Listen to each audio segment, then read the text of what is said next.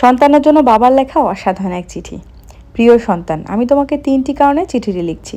1 নম্বর, জীবন, ভাগ্য এবং দুর্ঘটনার কোনো নিশ্চয়তা নেই, কেউ জানে না সে কতদিন বাঁচবে। 2 নম্বরে, আমি তোমার বাবা, যদি আমি তোমাকে এই কথা না বলি অন্য কেউ বলবে না। 3 নম্বরে, যা লিখলাম তা আমার নিজের ব্যক্তিগত তিক্ত অভিজ্ঞতা, এটা হয়তো তোমাকে অনেক অপ্রয়োজনীয় কষ্ট পাওয়া থেকে রক্ষা করতে পারে। জীবন চলার পথে এগুলো মনে রাখার চেষ্টা করো। 1 নম্বরে হচ্ছে, যারা তোমার প্রতি সদয় ছিল না তাদের প্রতি অসন্তোষ পুষে রেখো না, কারণ তোমার মা এবং আমি ছাড়া তোমার প্রতি সুবিচার করা কারো দায়িত্বের মধ্যে পড়ে না। আর যারা তোমার সাথে ভালো ব্যবহার করছে তোমার উচিত সেটার সঠিক মূল্যায়ন করা এবং কৃতজ্ঞ থাকা। তবে তোমার সতর্ক থাকতে হবে এর জন্য যে প্রতিটি মানুষেরই প্রতি পদক্ষেপের নিজ নিজ উদ্দেশ্য থাকতে পারে। একজন মানুষ আজ তোমার সাথে ভালো তার মানে এই নয় যে সে সবসময় ভালো থাকবে। কাজেই খুব দ্রুত কাউকে প্রকৃত বন্ধু ভেবো না। 2 নম্বরে হচ্ছে, জীবনে কিছুই কিংবা কেউই অপরিহার্য নয়, যা তোমার পেতেই হবে।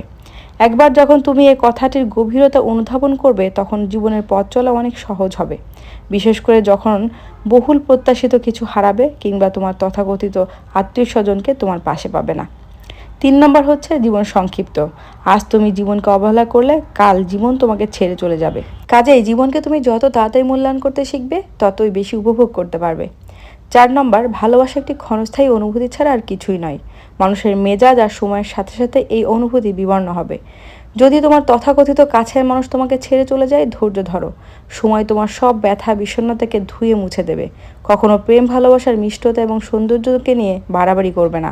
আবার ভালোবাসা হারিয়ে বিষণ্ণতায় অতিরঞ্জিত হবে না। 5 নম্বর হচ্ছে, অনেক সফল লোক আছেন যাদের হয়তো উচ্চ শিক্ষা ছিল না। এর অর্থ এই নয় যে তুমিও কঠোর পরিশ্রম বা শিক্ষা লাভ ছাড়াই সফল হতে পারবে। তুমি যতটুকু জ্ঞানই অর্জন করো না কেন তাই হলো তোমার জীবনে অস্ত্র। কেউ ছেঁড়া কাঁথা থেকে লাখ টাকার অধিকারী হতে পারে, তবে এর জন্য তাকে অবশ্যই পরিশ্রম করতে হয়। 6 নম্বর হচ্ছে, আমি আশা করি না যে আমার বার্ধক্যে তুমি আমাকে আর্থিক সহায়তা দিবে, আবার আমিও তোমার সারা জীবন ধরে তোমাকে অর্থ সহায়তা দিয়ে যাব না। যখনই তুমি প্রাপ্তবয়স্ক হবে তখনই বাবা হিসেবে আমার অর্থ সহায়তা দেবার দিন শেষ। তারপর তোমাকে সিদ্ধান্ত নিতে হবে তুমি কি পাবলিক পরিবহনে যাতায়াত করবে নাকি নিজস্ব লিমুজিন হাঁকাবে, গরিব থাকবে নাকি ধনী হবে। 7 নম্বরে হচ্ছে, তুমি তোমার কথার মর্যাদা রাখবে, কিন্তু অন্যদের কাছে তা আশা করো না। মানুষের সাথে ভালো আচরণ করবে, তবে অন্যরাও তোমার সাথে ভালো থাকবে তা প্রত্যাশা করবে না। যদি তুমি এটি না বুঝতে পারো তবে শুধু অপ্রয়োজনীয় যন্ত্রণা পাবে। 8 নম্বর হচ্ছে, আমি অনেক বছর ধরে লটারি কিনেছি কিন্তু কখনো কোনো পুরস্কার পাইনি। তার মানে হলো এই যে যদি তুমি সমৃদ্ধি চাও তবে কঠোর পরিশ্রম করতে হবে, বিনামূল্যে কোথাও কিছু জুটবে না। 9 নম্বরে হচ্ছে, তোমার সাথে আমি কতটা সময় থাকবো সেটা কোনো ব্যাপার না, বরং চলো আমরা আমাদের একসাথে কাটানো মুহূর্তগুলো উপভোগ করি, মূল্যায়ন করি। ভালোবাসা সহ, তোমার বাবা। বাবাটি হলেন একজন চাইল্ড সাইকোলজিস্ট এবং হংকংয়ের প্রখ্যাত টিভি সম্প্রচারকারী। তার কথাগুলো বয়োজ্যেষ্ঠ, বয়কনিষ্ঠ, বৃদ্ধ কিংবা তরুণ, শিশু আমাদের সবার জন্যই প্রযোজ্য। এই তো সুন্দর একটা কথা আপনাদের সঙ্গে শেয়ার না করে পারলাম না।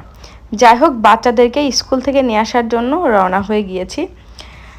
এই যে অবশ্যই বুঝতে পারছেন আমি অটো চালিত রিকশায় যাচ্ছি, যেগুলোকে কি বলে ইজি বাইকও বলে, সেগুলোতে করে।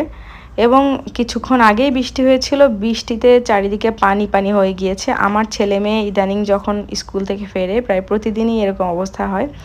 আর যে পানিগুলো দেখতে পাচ্ছেন এই পানিগুলোকে আমার বাচ্চারা কি বলে জানেন?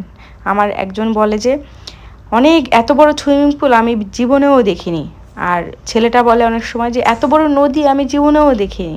দুইজন সারা রাস্তা এটা বলতে বলতে আসে যে এত বড় সুইমিং পুল আর নদী নাকি তারা জীবনেও দেখেনি, এটা বলতে বলতে আসে। কেউ কখনো থামিয়ে দেয় যে না এটা সুইমিং পুল না এটা নদী, আবার কেউ বলে না এটা সুইমিং পুল এরকম।